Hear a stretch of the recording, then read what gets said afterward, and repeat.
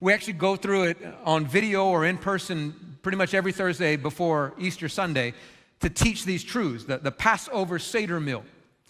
And there's a lot of symbolism in this and what you just read, but there are 4 massive symbols in it that teach us about faith.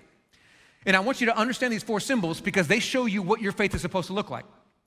It's the calendar, it's the bitter herbs, it's the unleavened bread, and then it's the lamb. Those are the 4 symbols. And I want to walk you through them one by one so you understand what your faith is supposed to look like.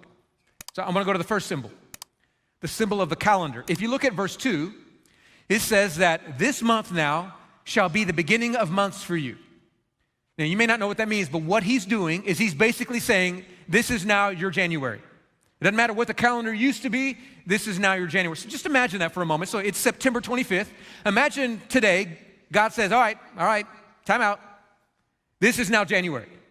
Your whole month changes. This is now the first month for you. This is a cataclysmic shift for the Israelites. It doesn't matter what the Egyptians said the calendar was going to be. It doesn't matter what you had before. This is now your January. And the reason why he was doing that is because he was saying this is symbolic. Today and forward, everything is brand spanking new. Whoever you used to be, whatever used to happen to you doesn't matter anymore. All of it's washed away. You used to be slaves. You are no longer slaves. You get a brand new identity today. You get a fresh start today. A journey of all the new begins today. This is now your first month. Let me tell you why that symbol matters.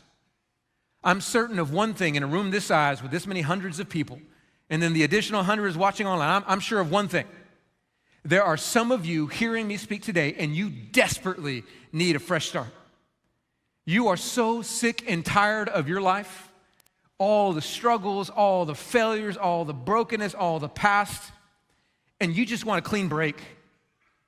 You do realize that still, since the pandemic, the suicide rate is so high, and those who are contemplating suicide is so high because of the mental instability created by so much disharmony and brokenness in our world. There are many of you in this room right now, watching online, you're struggling with this and you don't know why. You feel like you're all alone.